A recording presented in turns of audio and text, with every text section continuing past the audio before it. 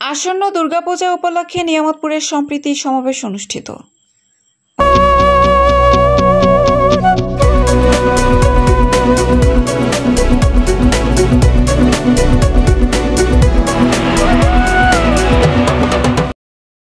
আসসালামু আলাইকুম। এডিপি বাংলার সংবাদে সবাইকে স্বাগত জানাচ্ছি। আমি সুমা আহমেদ। নিজস্ব প্রতিনিধি শেখ রুবেল আহমেদের পাঠানো তথ্যচিত্রে দেখুন বিস্তারিত।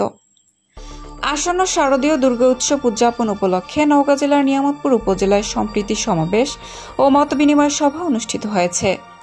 বুধবার বিকাল 3 ঘটিকায় নিয়ামতপুর উপজেলা প্রশাসনের আয়োজনে নিয়ামতপুর উপজেলা হলরুমে অনুষ্ঠিত মতবিনিময় সভায় প্রধান অতিথির বক্তব্য রাখেন নিয়ামতপুর উপজেলা নির্বাহী অফিসার মোসাম্মদ মুর্শিদা খাতুন। সম্প্রীতি সমাবেশ ও মতবিনিময় সভায় বিশেষ অতিথির বক্তব্য রাখেন নিয়ামতপুর উপজেলা সহকারী ভূমি মোহাম্মদ রেজাউল করিম। আরও বক্তব্য রাখেন নিয়ামতপুর থানার অফিসার ইনচার্জ মোহাম্মদ হাবিবুর রহমান। এ সময় বক্তব্য রাখেন নিয়ামতপুর উপজেলা কৃষি কর্মকর্তা মোহাম্মদ রফিকুল ইসলাম, নিয়ামতপুর উপজেলা পানি সম্পদ কর্মকর্তা ডাক্তার আব্দুল লতিফ। অনুষ্ঠানের প্রধান অতিথি উপজেলা নির্বাহী কর্মকর্তা মুর্শিদা খাতুন বলেন, নির্বিঘ্নে এবারের পূজা উদযাপন করতে প্রতিটি মন্দিরে সিসি ক্যামেরা থাকবে। এছাড়া আইন শৃঙ্খলা রক্ষাকারী বাহিনী, পুলিশ, আনসার বাহিনীর সাথে উপজেলার সকল দপ্তরের প্রতিনিধি, বিভিন্ন রাজনৈতিক দলের প্রতিনিধি, গণমাধ্যম কর্মী সহ স্থানীয় স্বেচ্ছাসেবী সংগঠন দায়িত্ব পালন করবেন। এছাড়াও আইন শৃঙ্খলা রক্ষাকারী বাহিনী, পূজা কমিটির সদস্যদের মোবাইল নাম্বার টাঙিয়ে রাখা বাধ্যতামূলক করা হবে। এছাড়াও ধর্ম বর্ণ নির্বিশেষে সকলেই এই উৎসবমুখর পরিবেশে শারদীয় দুর্গা উৎসব পালনের জন্য সবাইকে আহ্বান করেন। দুর্গাপূজা উপলক্ষে নানান দিক নির্দেশনামূলক বক্তব্য রাখেন নিয়ামতপুর উপজেলা নির্বাহী কর্মকর্তা মুর্শিদা খাতুন।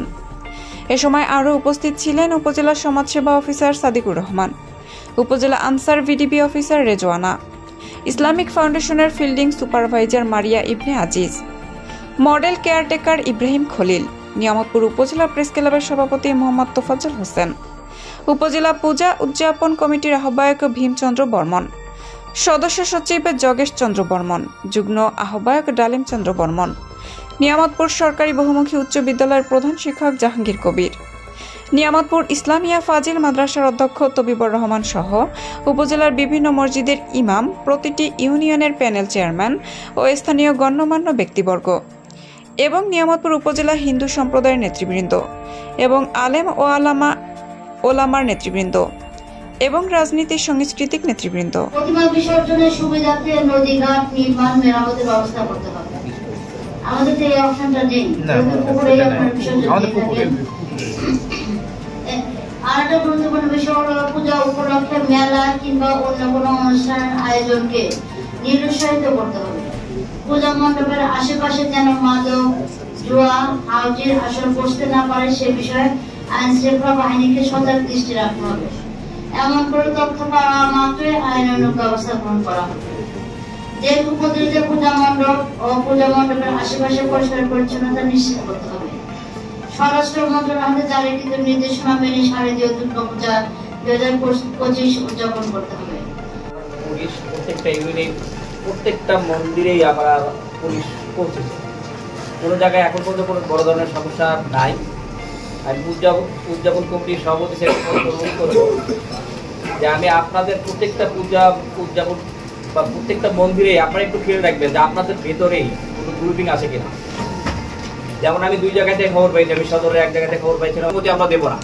এরকম কোনো তথ্য যদি থাকে আপনাদের কাছে তাৎক্ষণিক আমাকে জানাবেন, আমি তাৎক্ষণিক সেখানে হাজির হব।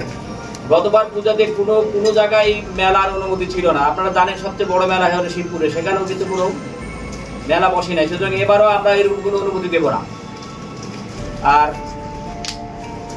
কালকে তো আপনাদের নিয়ে সবাই সভাপতি সেক্রেটারি নিয়ে মিটিং আছে, সেখানেও আরো কিছু বলবো। আমি যারা সুধীবৃন্দ আছেন বা যারা সম্মানিত ব্যক্তিবর্গ আছে ইউনিয়ন থেকে, আপনারা আমাকে সহযোগিতা করবেন যাতে এই হিন্দুদের ধর্মীয় পূজা যাতে সুন্দর সুষ্ঠুভাবে সুসম্পন্ন হয়, এই কামনায় আমি করি।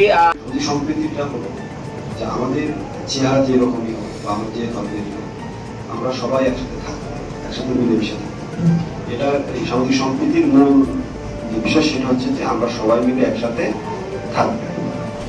আমরা সবাই মিলে কাউকে বঞ্চিত করে আমরা এমন কিছু করবো না যেটা আমাদের নিয়মবাসীর জন্য আমাদের এই আসলে সম্প্রীতি সমাবেশের আমরা সর্বজনের বাইরে বুঝতে যাই, কিন্তু তার আগে মাদার ইশার একটা কথা মনে পড়ে যে আমরা যদি দৃশ্যমান মানুষকে ভালোবাসতে না পারি তাহলে অদৃশ্যমান ঈশ্বরকে কিভাবে ভালোবাসতে পারবো? ঈশ্বর বলুক, আল্লাহ বলুক, যেটি বলুক না কেন, মাতৃত্বতা বজায় রাখতে হবে। তবে পূজা বিসর্জনের সময়, প্রতিমা বিসর্জনের একটা স্পিড আছে, স্পিডে কিন্তু সমতা, ন্যায্যতা, অসাম্প্রদায়িক একটা স্পিড নিয়ে কিন্তু আমাদের কাজ করতে হবে। এক্ষেত্রে আমরা যারা এই কাজটা চাই যে অনুষ্ঠান বা রাষ্ট্রীয় কালচার গুলো সুন্দরভাবে হোক, বাইরে যদি কোনো পক্ষ থাকে